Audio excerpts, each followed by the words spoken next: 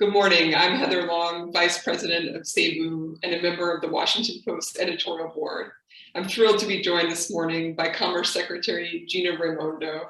She's well known to most of us, been in the middle of so many issues in her first year as Commerce Secretary with trade and with supply chain glitches, with the war in Ukraine and these export controls, workforce development, domestic manufacturing, you name it, she's involved.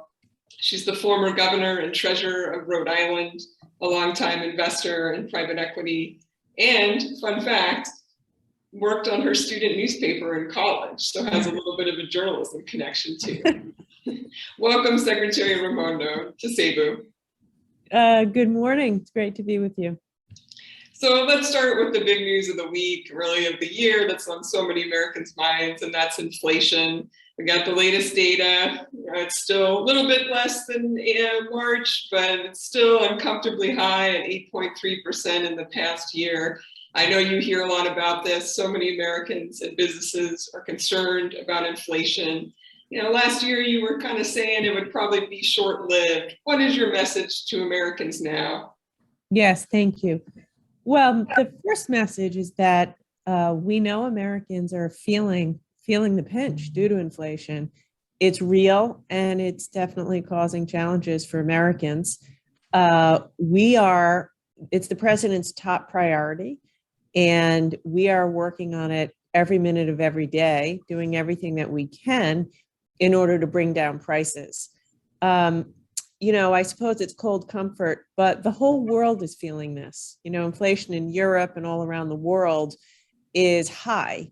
And I think it's being driven by the supply chain bottlenecks and disruption that was caused primarily by COVID, driven by the incredible demand and the changes in demand that we saw primarily due to COVID.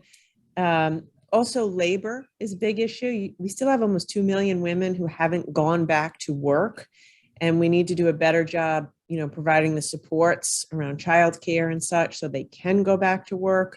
So more labor supply brings down prices. So in any event, you know, it's real. It's real, and we're doing everything we know how to do to bring relief to Americans. Yeah. I'm curious to get your thoughts on whether you think it could be helpful to roll back some of the tariffs, say on China in particular, that the prior administration put on. I know that's a top priority of business. Do you think that could help on the inflation picture? It's a good question, and one that we're asking ourselves. Economists are divided on this, which is to say, you know, there's a question around how much tariff relief would actually bring down overall inflation. I will say that, you know, certainly, for example, if you look at the more powerful tools like the Fed has, there's no question that that is a much more powerful way to deal with inflation. But as I said to you before, the president has directed us to look at every tool in our toolbox. And so we are undergoing a review to see if it might make sense or where it might make sense to provide some tariff relief or exclusions to the tariff process. Yeah, obviously squarely in your wheelhouse is the 232 tariffs. Most people remember those on steel and aluminum. Now you've been very active negotiating some quotas with the European Union and Japan and the UK recently to try to lower a little bit some of those tariff impacts. But you know, certainly the calls continue. Why not just roll back all of those steel and aluminum tariffs? Yes, actually, the most recent rollback was Ukraine. I met a couple of weeks ago with the Prime Minister of Ukraine, and he asked for relief. And within 2 weeks, we suspended the tariffs because it's a balance.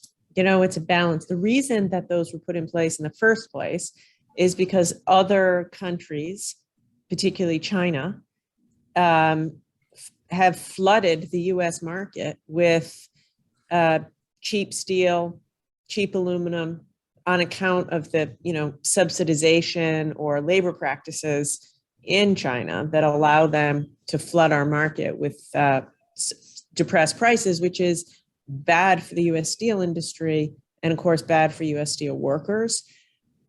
Steel and aluminum are core to our national security, right? You can't have a strong economy.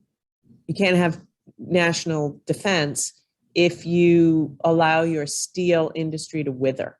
And so we have said we want our steel operations and aluminum to be at a minimum of 80% capacity. And so it is a balance. And we have focused on getting rid of the irritants with our closest allies, the EU, the UK, as you said, Japan. And so that's we're trying to strike that right balance. And are we likely to see any more of those agreements going forward? I think it's probably, we're talking to many countries. We take it on a case-by-case basis. We can certainly not allow any access to our market of the Chinese steel that's dumped here. So we look at it case by case. I think it's probably not particularly likely that we'll see more of these agreements in the near term. Okay.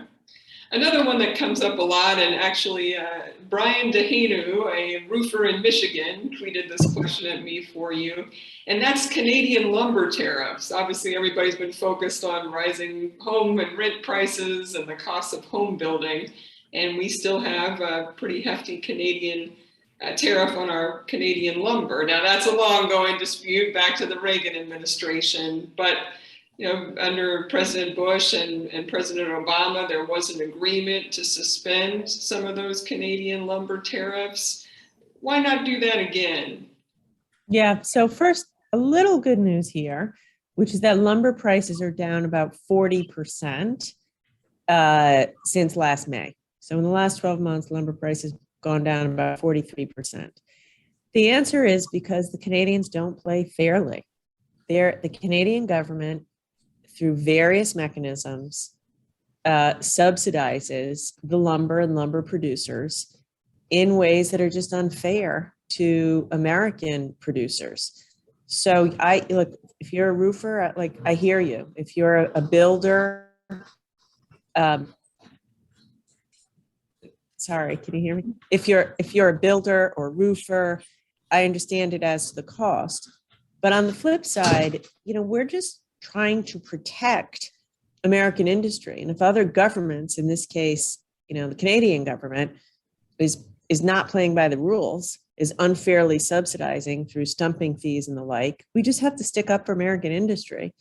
And that's what these countervailing duties are for. Like American business, whether it's lumber, steel, anything, whatever, American businesses can outcompete anyone. Hands down, my money's on the American entrepreneur and small business every day. But only if there's a level playing field and we're all playing by the same rules. So if it's China's subsidization or Canada's subsidization, they don't play by the rules. It's not a level playing field. And we just add the duties to kind of level the playing field. But even like a temporary suspension to try to help with prices for a bit, sounds like that's off the table? That would be, I would refer you to the White House. That would be within the president's authority. But as far as I know, I don't think it's on the table. I also wanted to run by you. We hear a lot of talk about whether corporate greed is playing a role in inflation right now. Are companies purposely taking advantage of this pretty unique moment in time to really raise prices? Obviously, it varies industry by industry, but you've had a long history and experience in the business world. Is there any validity to that argument of corporate greed in your mind? It's a good question, and I know a lot of people are talking about it. Look, it's certainly true that corporations aren't suffering due to inflation the way that the consumers are. And, you always have some bad actors. But I would say if you look at inflation and look at the fact that, as I said before, it's a global problem. It's not a US problem. It's not confined to any particular sector. It's very clearly tied to supply chain disruptions, lack of supply, labor market disruption due to COVID. Also, the Fed's unprecedentedly liberal monetary policy. By the way, I'm not criticizing the Fed. They took swift, bold action in in March of 2020. But the reality is there were days in the spring of 2020 where the Fed was buying up assets and bonds more in volumes greater than they did during a whole month during the 2009 recession. So I think if you're going to really look at it, like kind of what's driving inflation, I think it is these combinations of supply chain, monetary policy, COVID-related disruptions. And as I said before, it's I'm not minimizing it. It's causing challenges for American consumers every day. Yeah. Well, let me shift to another one, which I believe you're going to speak with Congress this week on, and that's that hot solar panel issue. Obviously, your department is doing a review. This has to go through a legal process about whether Chinese solar panels are being rerouted through other Asian countries and then dumped at cheap prices on the US market. That's a concern. But at the same time, as you know, the solar panel industry in the United States is incredibly worried. There's even been talk that if you all find that there needs to be a really high tariff, it could really kill this industry in the United States. How do you respond to these people who are truly concerned that this investigation could kill off an industry that seems critical to the future? Yes. So as you say, it's a high profile. I'm limited in what I can say since we're in the middle of the investigation. I will first comment that the reason we're in this mess is because we don't have enough domestic production. And right now, weaving its way through Congress is the bipartisan innovation law, which would create a supply chain office in the Department of Commerce. This is exactly what we need to get back into the business of doing, which is to provide tools and incentives to increase domestic production of critical items like semiconductors, like solar panels, like critical minerals, like batteries, et cetera. So that's the long-term solution.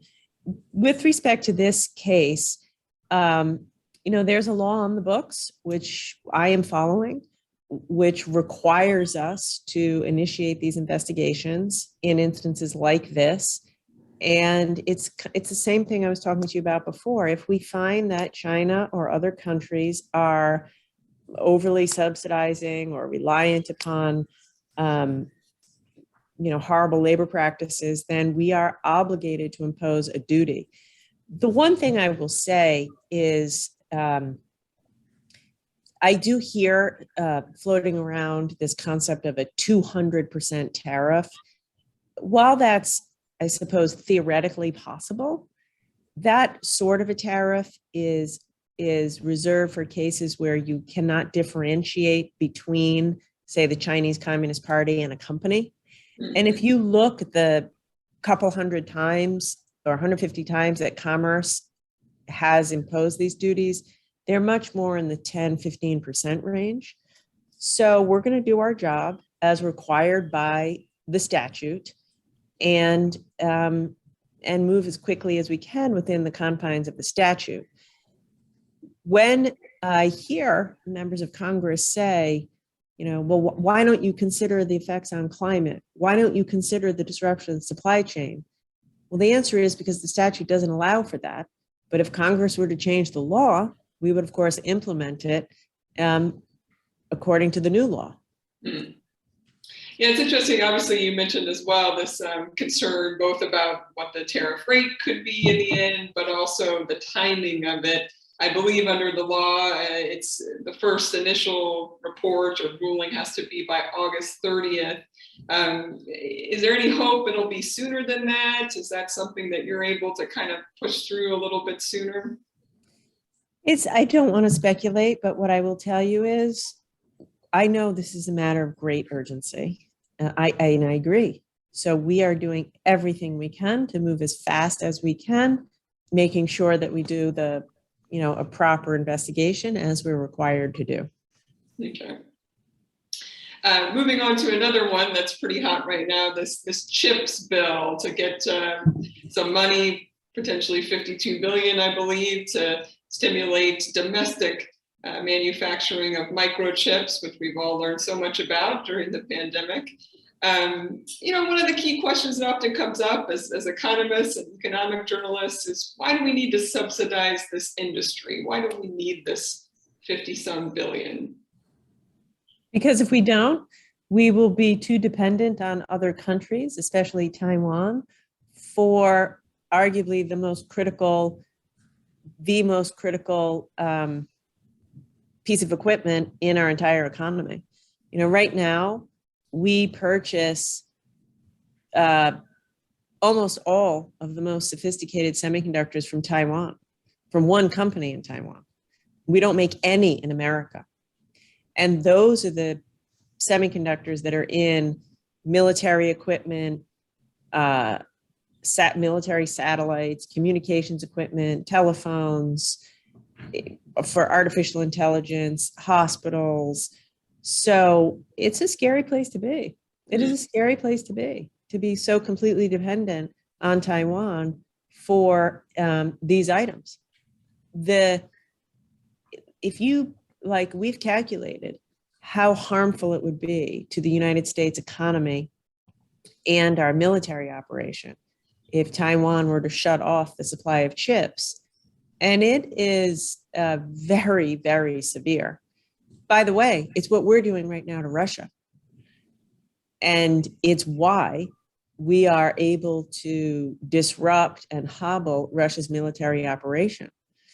I mean, right now, we are told that in many cases, when Ukrainian military officials find Russian military equipment, airplanes and satellites on the ground, they go through them and they have chips in them from dishwashers or washing machines or refrigerators. And not surprisingly, that's the equipment on the ground. It doesn't work. Yeah. Well, that could happen to us. So, I don't love subsidizing companies. These are profitable companies. I get that. But we need them in America. Like, they're going to build facilities. The question is, will they build in America and hire Americans? Or will they expand, in other countries? And it's in our national security interest that it happens in America, which is why we need this bill to be passed as fast as possible. Yeah. Another one that some people feel is rising to a national security level issue is this baby formula shortage that many Americans are struggling to live through right now. I know you've studied these supply chains a lot in the last 2 years. Is there anything that either your department or can be doing to help with this baby formula shortage? So my department is not, we're not involved in the baby formula specifically, but at this moment, I can tell you that the Department of Commerce, my team has 40 different work streams going on supply chains. The supply chains are run by the private sector, obviously, so there's only so much that government can do. And every supply chain is unique, complicated, and global.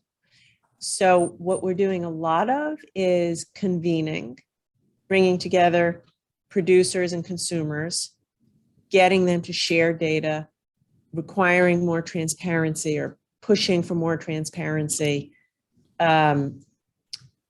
We just, using every tool that we can to bring companies together to shine a light on the details of where there might be problems.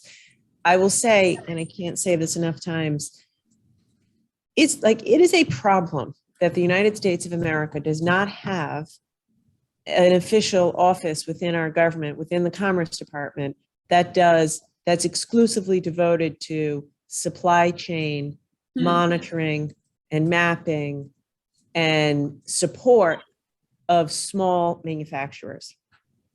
The United States has lost 25% of our small manufacturers in the past 25 years. And is that something you can just create, or do you feel right. So like Germany, Japan, other countries in Europe, they have supply chain offices that monitor this so things don't evaporate overnight, but also they provide loans and grants and technical assistance to small manufacturers so they don't go out of business. Ours went out of business mostly because they couldn't access capital. Yeah.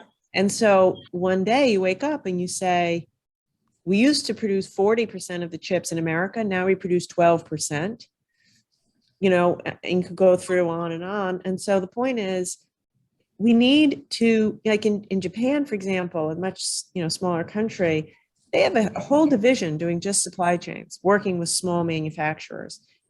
There's a provision in the USICA law, the one we just talked about, the going through Congress, that would create this in the Department of Commerce. And I think it's high time we make it happen. Mm. Well, I know you're short on time, but let me throw out two more, Okay. one fun one and one a little more serious. So we'll start with the serious one. I'm curious, there's a lot of debate going on right now about student debt forgiveness. And I asked this to you, I know it's not in your remit, you're not the education secretary, but you did a really interesting version of this when you were governor of Rhode Island. You had a neat plan that was passed early in your governorship to provide student loan forgiveness to people who stayed in Rhode Island and continued to work, especially in sort of tech or STEM fields, for lack of a better word. What did you learn from that? Is there any takeaways that you would say should be kept in mind as we have this debate nationally? Yes, I would say what we did was a huge success. A couple of years after we did it, we saw a 500% increase in the on-time graduation rate of students of color. The reality is far too many students, it's almost 40% of kids in America who start college don't finish, they drop out. And it's because they can't afford it. You get in for a year or two, the loans are racked up, you have to work 2 or 3 jobs, you give up, it's too hard. And then they drop out, they have a mountain of loans and no degree, and it's hard to get a good job. If we are serious about being the land of opportunity and giving everyone a chance, then that means we have to give everyone the job training and education that you need to get a job. Almost every good job in America today requires some degree, some credential past high school. So that's the reality of this job market. And then we say, oh, by the way, you have to pay $50,000 a year per year for college. It's not fair. It's not right. And so initiatives like the one we did and plenty others that provide job training, community college, with wraparound services for people at every stage of their life, right? Whether you're 18 and starting out or 52 and need to start over. Yeah. We have to be there for Americans so they can get the skills they need to get the jobs they deserve. But I guess, is there any value to doing student debt forgiveness for people who are high earners, who are earning a lot as lawyers or doctors or even some in media? Do they need forgiveness too? Is there any value? Are you trying to get your loans forgiven? Is that look, as I said, I think, as you said, I'm not in the thick of this, but the loan burden for so many Americans is crushing. And even if you have a decent job, and if you're trying to pay the bills for a couple of kids, pay back your student loans, try to buy a house, it's an issue for people. So I think we have to attack this problem from every angle, because, like I said, it's an anchor holding people back, and it's something we have to take action on. And lastly, we're at a journalism conference, so I can't help but ask, what was your role at the Harvard Crimson in college? And, what did you take away from being involved in journalism, at least for a little while? Okay, so first of all, I love the Crimson. It was, we ran 7 days a week, daily in college, and we were totally independent from the university because we kind of, we had our own business model. So I loved every bit of it. I made some of my closest friends. You will not be surprised to know that I was on the business side of the Crimson. I was the operations manager. So I guess from the beginning, I always kind of being in business. But I'll say at the time, it felt pretty cool to be part of the team that was bringing in the revenue so that our colleagues on the journalism side had the freedom that they deserved, and that made the paper so great. Yeah, that's neat. That's neat. I guess, was that the early days of some digital journalism? Barely. I remember, so back then, to get on the paper, everybody, no matter if you're in business or whatever, you had to do your share of copywriting. You had to do your share. We actually had a printing press in the basement of the building. You had to run the printing press, which required you being there at 4 a.m. I remember being in the basement with the X-Acto knife, putting the paper up, laying out the paper, doing the copy editing. I think a couple of years after I left, they got into the modern age. Well, there it is. Commerce Secretary Gina Raimondo has run a printing press. That is some neat news. Well, thank you so much for joining us. We appreciate your time. Thank you so much, Heather. Have a good day. You too. Bye now.